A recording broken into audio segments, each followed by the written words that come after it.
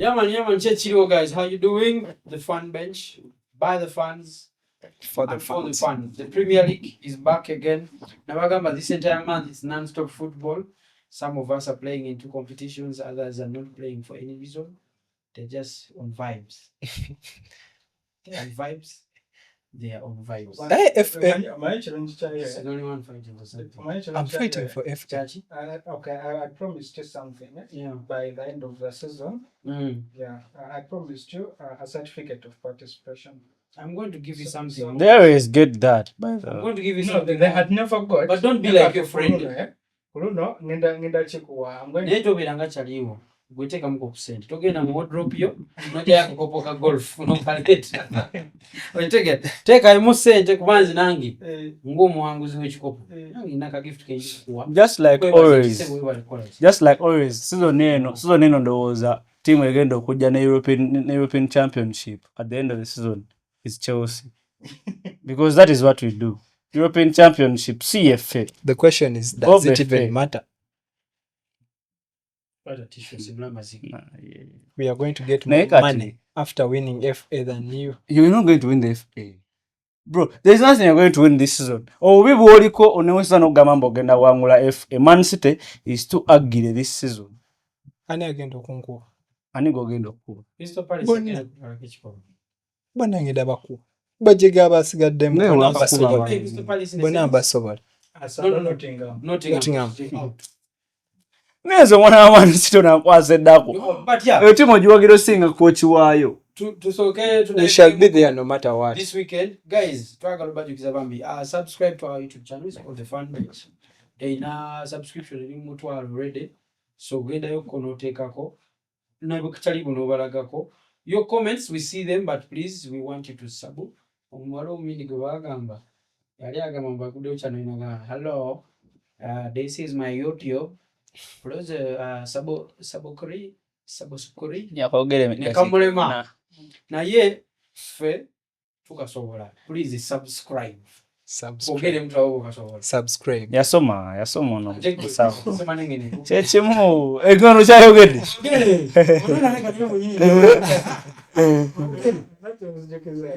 There's a video on our TikTok. Yeah, yali gondi that appears near Liverpool watch along. Yeah. I read it in the comments. Someone we're arguing in English. Then he came in Sunday. Katomana take a canto. Okay, so we are going to so kalaba. Kasabu sukuri kaliwali. Ze kufalme za representing obwakabaka bwa Buganda. Kabaka wa kukido kyange nno. Now guys, please subscribe. It's going to be lit. The season is coming to an end. We have plan ya kabinyo next season. It's going to be so much fire. Then starting this very weekend, starting this very weekend, TikTok live. Every other day. Weekend after one game to Javier on the TikTok live. If they feel like they want more, yeah. Basobola tusaba oga twagala live mangu. Now, there's a question mark over ekibuzo kibadde all along. Ndabanya abantu bagamba fenga temutuchaza. Yeah. Now, it may be hard to have everyone come for the show. That's the way you contribute on the show, guys. So ku live oko inobeerako Saturday no tugenda kola Arsenal versus Brentford at 8-9 kuba gugwa sawa satu kituni. So game wegwera, go to the fan bench. Gerard will be on, Hazard will be on, you say Biggie, Messi, nabalala. But we'll give a chance to fans of other teams to give their views about what they think. Weza nokwangu inabe badagala ogamba Gerard buli jumu gamba kana basajja lero nkakoze ki? Nkafunye. Nete mwavuma nkuba. Yeah, okufuma tetukukiriza because tuli bantu balamu ate bana abantu weerabira tebatulisa. We are doing this for the fun. They are getting paid every week. I like to remind people. Sagala bantu mwetuge mwete kubachali bomanyi boy tebafuna sente za week. You understand? But let us have fun for what it is and respectfully too. So live we tujilonchinze. Sure. Fan bench live every weekend. Sometimes it is our weekend, na midweek. But we will communicate. So after the Arsenal game, we shall have a live team yonejabera konga togera either about tomorrow's game or about the Champions League. Twina bitokeddeko waneno about Madrid doing what? Madrid losing 4-0. Or Arsenal winning 3-0 again. So, osobola okujja naye n'okaya n'omuwaye kino ogamba mutulimba.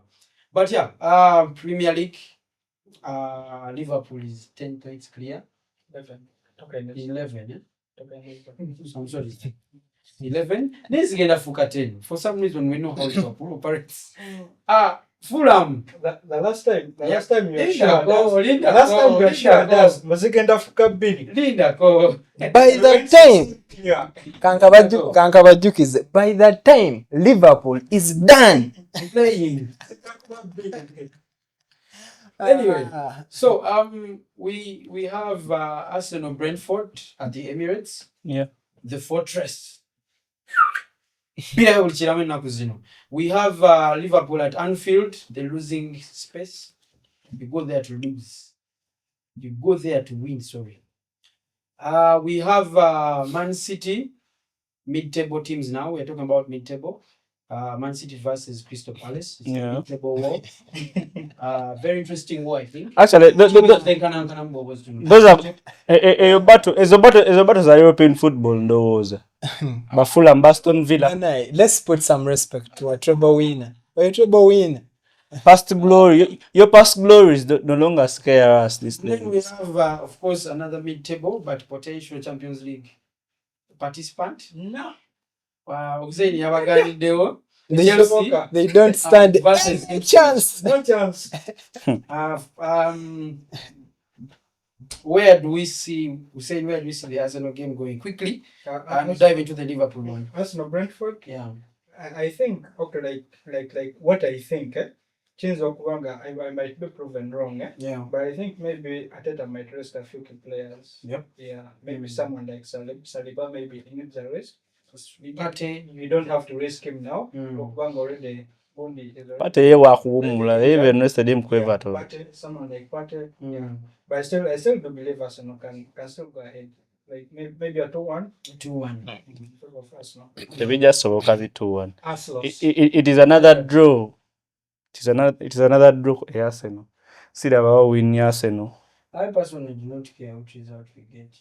I am trying to win the Champions League, ladies and gentlemen. The same way we makola season eri bagana no they left all those championships ne cups mu league buno domestic cups ne babwesonyiwa and they were like, man, we were trying to concentrate on winning the Premier League. Those motherfuckers bottled that one. Mwa bottling a Premier League eyo. Ne mpulira ngesajo yentuse ku guvena cover. Yeah. We have Bayern and then we have Aston Villa at the weekend. Bayern, we played our best team, and we had nobody rested. We played the same team at the weekend. That's the same time when Martinelli was injured by them. So we lost to Aston Villa 2-0 after creating so many chances. Typical Ykee against Arsenal. For me, I blame Ateta because I would give up the Bayern game after getting a draw at my ground. Yeah. Na yebo singana kuba Bayern waka ngabo ngoze Madrid ogamba fuck it, let's go for it. I'm sorry, let's go for it and try to win the thing. Na ye but what in situation nga Bayern yakozesa draw to ogenda uwe but that alianza na you stand no chance. Bayern versus one night, yeah, it wasn't the same Bayern like we were accustomed to. No, but that Bayern was really poor. If someone can actually score a goal, yeah. That's so really bad situation here. But then, okay, I was trying to tap into why I blame Ateta. The amateurism was there. The thing we've talked about, the experience you can't buy. Any wise manager there saying it's okay, but he has a very big ego, my manager. He wants to prove that he's as good as everyone. Because he's a Spaniard. So he wanted to go for both competitions. But the players you have, the squad is depleted.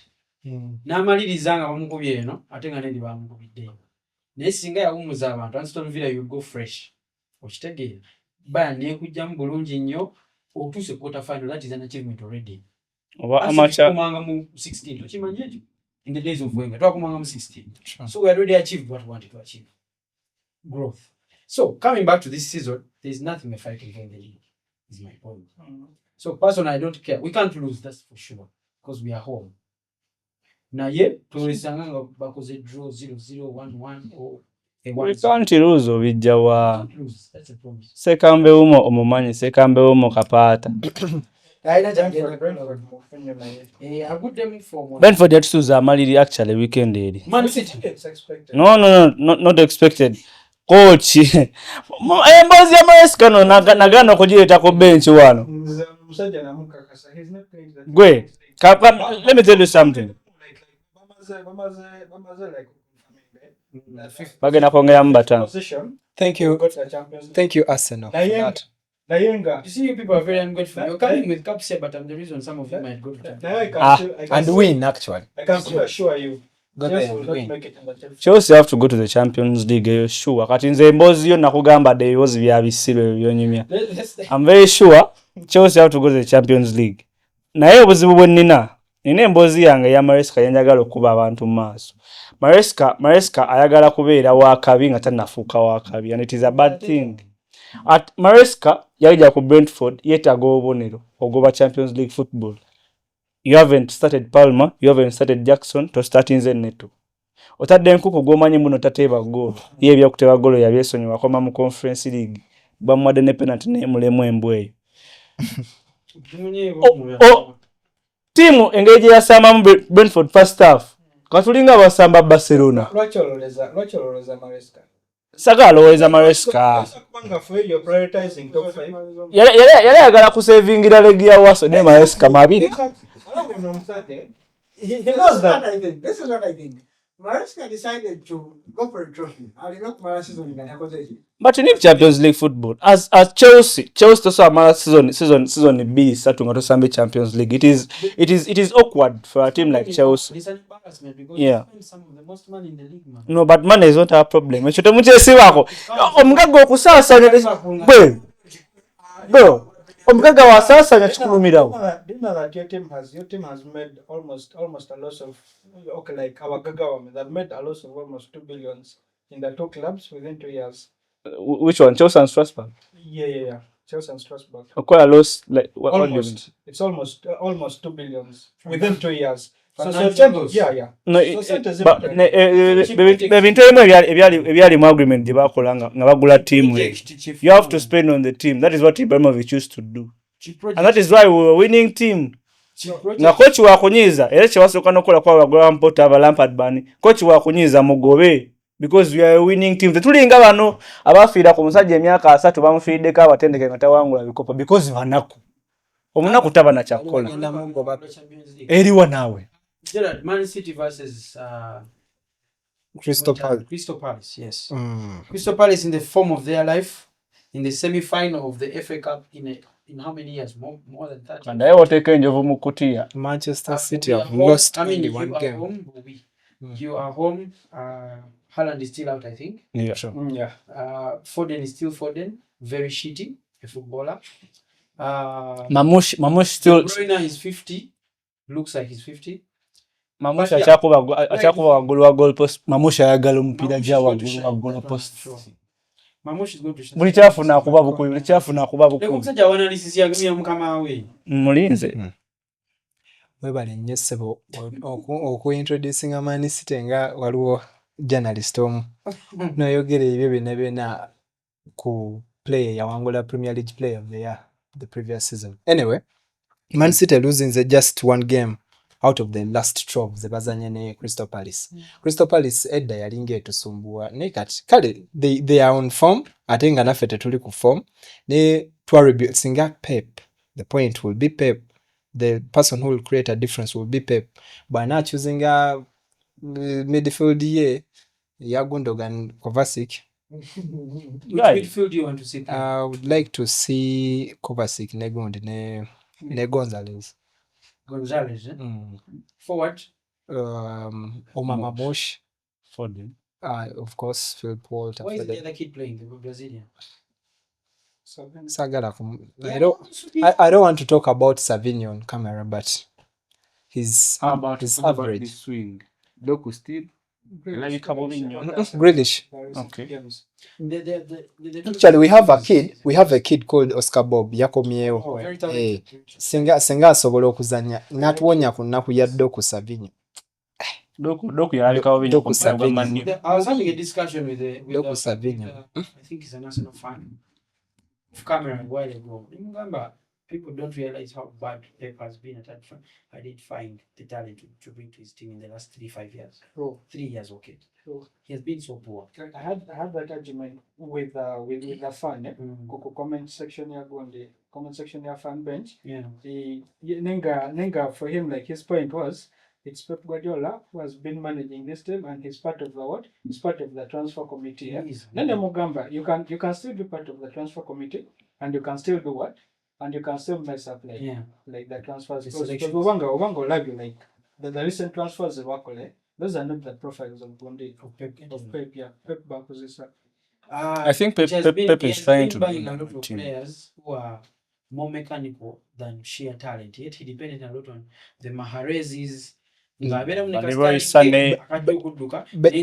Pure footballers. Yeah. By the Technical players. Yeah. let me tell you something. Olaba neno struggle yaffe gye tulina eri based on very many things. The other thing is trying to change our tactics. Tubeere n'abo mbodde okusabira. It has failed badly. It has messed up his entire Yes. The other thing is And never tuyali takimanyidde, but he knew he had to adopt because all our teams that are performing in Premier League. Teams that are performing in Premier League. This is team is in our technical players. Our government of Nomsambi is good at football. But some of Liverpool, Arsenal. As a championship winner. Yeah, I understand. Naye omupiira gukyuse mu Premier League. Omupiira gukyuse mu Premier League. Tegukyali Premier League takyali technical. Kuba olaba nze Doku ayinza okujja mu match against Bournemouth n'akola simanya 2 assists and 1 goal. Grealish n'ajja nze n'atampa kintu kyonna. But you want Grealish to be there. Because alina ekintu kyampa Doku kyatampa. I think ekiri mu kusumba Pep Guardiola kati is trying to adopt to a new system okusobola okuddamu competing in Premier League because clearly style of play abasajja baagigwamu bamukuba. There's another thing that people are not paying attention to. Talent is also depleted in the world. And Pep Guardiola usually gets the cream of the talent from every club that he has been to. And right now he's dealing with a situation whereby half the teams in terms of squad have very good. Do you know the talent of players has reduced but the talent of managers has increased? Yeah. So that means your chances of beating so many people is lesser. Because if a manager gets his tactics right, he can beat you with less talented players. Pep's problem is not because he's a genius. Very tactical man. The problem is that his style doesn't depend on players like Doku, like Grealish. When you have a Grealish, you must have a fast player on this other wing. Sterling, Mahrez. So this one, which is what Saka offers on this side, slows down the game, but is a good dribbler, meaning he can keep you up the pitch. Now, we'll call a counter attack. So right now the entire line is full of runners. That's a Liverpool arrangement. It can't work for him. Why kyobadde mukogerako ekya talent? And then the talent on the pitch. Their style had to change by the way. Yeah. Talent ku pitch ekikendeeza talent ku pitch. Ate nekifula talent ya managers okubeera better is because omupiira gwadda ku pen kati pen na lupapula lubaawo. When you look at the stories of the so-called talented players betugamba, you talk of Di Maria, you talk of Luis Diaz, but Messi, but Neymar, they are players who Luis Diaz is a talented player. Very good player. No, they are players who abakula n'omupiira ku street. Omupiira gw'ennaku zino academy tulina project Mbappe, nange kennyini wenzaalira omwana project Mbappe. Ngende ngumukakerwa mpaka wali guyiga, and that is what is happening. Chovala otuka mu kisaawe, the players aren't talented. Naye coach agenda omuntu machagenda okukola kubanga kye yasoma mu academy. And that is going to be happening paka. We have over Tetugenda kuddamu kulaba kaka. Europe, to be specific. I think there's an agreement with you, like Nziki's Ganya now. Europe, a football mechanical. Yeah. Whereby they're trying to make it a science. Yet we're depending on sheer talent at the start. So right now everyone is looking at the science of his legs are which size? Yeah. How fast does he run? How tall is he? How strong? How strong? how dynamic can he be on the ball. Is he agile? And there has been an argument, by the way. Waliwo argument eri mu kutambula mu Brazilian football. Ndoza nachira ne was it in Kenya? When you're dribbling and you stand on the ball, yellow card. Kati it has become buli musambi those top players abali mu kuwumula. They're like, this is no longer football. Abasajja bayononye game. Nansoni ono isaukan. That's the biggest difference between Argentina and Brazil. What do you mean? Chekisinga n'okubya like Brazil. Ennaku zino. Nti bali aba Brazil bo bamanyi nti it's something about talent. I have Rafinha, bichi. Need the other one is a team. It's tactics. Bali besoma ndo batuuka tugenda kukola kino. Tukole kino. Then Messi akole magic. Coming back to Man City, omupiira ogonze nagulabye dda nagulose nakugamba erikamba. Nagulose. I think Man City agendamu kuba goals 2-1. Because Crystal Palace has been Crystal Palace in all these recent games. Next week together tandika segment. And I don't know who else here thinks they can take part of it, but segment here no producer is going to be about giving people where they should put their money. So we'll take our sajja from line. I know kuja batu kuji Send. Yeah, boss one. My personally, I think I can give you at least 3 games a week, or on a given weekend. Sorry, I don't know who else is willing to participate. Nevo gaba akatwa abagizi bagana bakolaji bajja kulaba. Nalina okubaawo. So I think we'll start that on the following weekend of the Premier League. Please watch out for that segment. Abagizi, our fan bench. Ngoli muntu wakapapula, remember. Tebabayita bakapapula, abakazi baba bawulira, abakazi bajja gwa basajja mu nnyumba, abakasiba.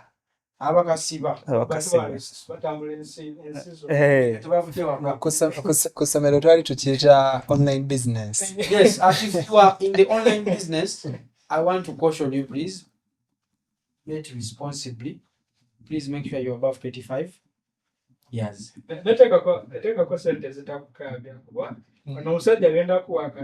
Sinza singo gabakatoa na singo gabakatoa no fera tumumanyi.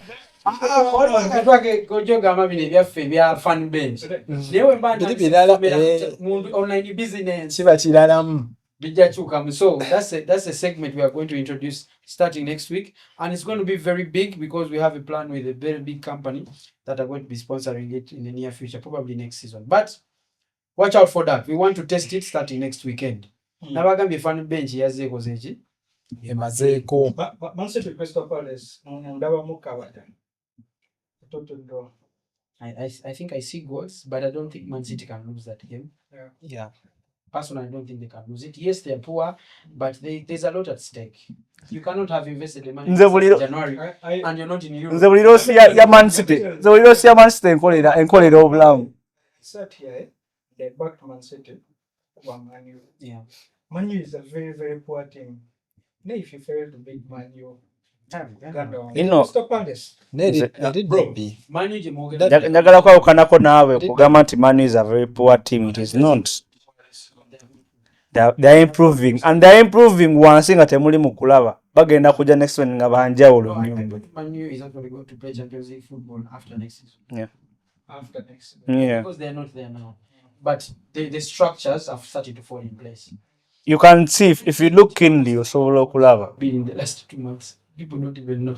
Because Man U has been so bad, we gave up on it. But if you look keenly, Man U is improving. Ate improving ako speed enene. They have improved. They were losing against Lyon. Yeah. They went ahead. One and then they went ahead. And then they threw Onana ya jama zeko. Onana.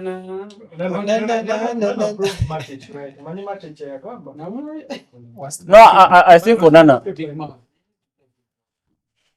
Talks too much. He actually talks too much. Yeah. Talks too much. Then we have, of course, the last one who is trying to get into the big boys competition. Who are the big boys? Who are the big boys? How many of them do you have? Prediction young. I'm not talking prediction. Man City Crystal Palace tugenda bakuba 3-1.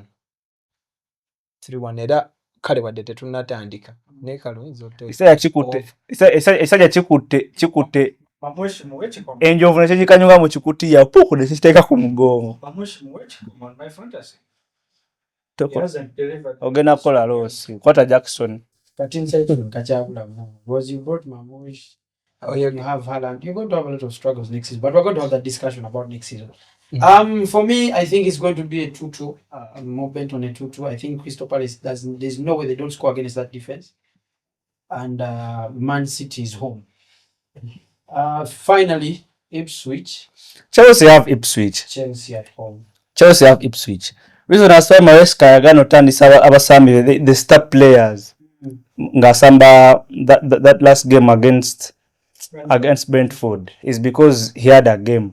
He was away in Poland. Good thing is he went there. He went there and was smashing a 3-0 on an away ground. That means they were sure into a qualifying. So I think agenda kusumula amaje gonna abavuka basinga yabajja na actually on that leg yawaso match yabatuuza abaswamisa Ipswich. Katugenda kuba Ipswich golo zeyagala. Ojika talk about Southampton. Wano? I want to let Mr. Hazard know Chelsea taina mugolo such more kulipiga. For one reason, Ipswich is still fighting relegation. For some reason, I think they have a chance if they get some good results. Personally, maybe a 1-0. You're still going to win or a 0-0 because I mean you had a chance and you still didn't take it with Brentford. Yeah, I did a short segment. Yeah. Striker when the striker Ipswich. Very good. He's okay. I wouldn't say okay. I would say he's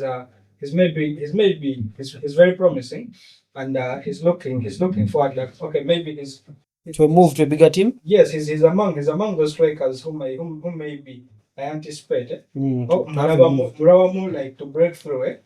Okufuka Hurricane. Big thing, yeah. It's a very big thing. Like how makes Ollie Watkins Oiland. Man, like Ollie Oiland has never broken through. Like Ollie Watkins. Like Vardy, like Hurricane. Like Ollie Watkins. Hurricane is above there.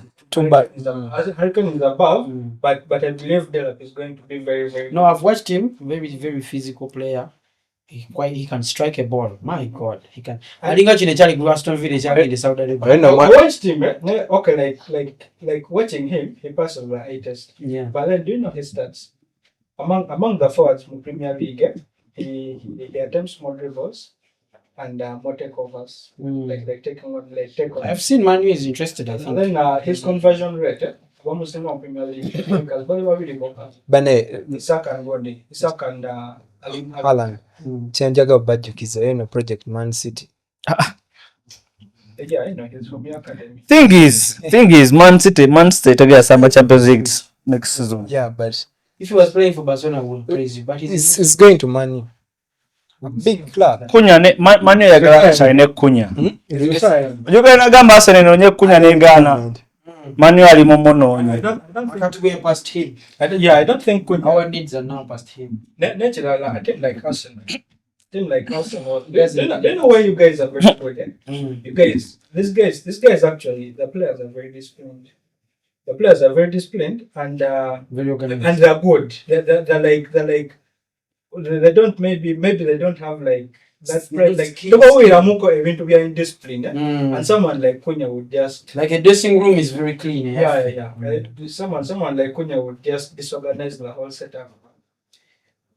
Check abana abakuwana kibuka abo. Eza Ipswich otuli wano 4-0. 4-1 Ipswich ajatebamu. I segment kanatandika naye kangasubira kale. The game to put your money on is the Chelsea Ipswich game actually. It's an under 4 for the entire game. Or under 3.4, 3.5. 3.5 ziba goals satu. You don't exceed 3 goals. Over under 2.5 for Chelsea home team. Awe wali sente zo. Sente z'abaana banga bafani bench ogenda zitwala bagenda zirira werere.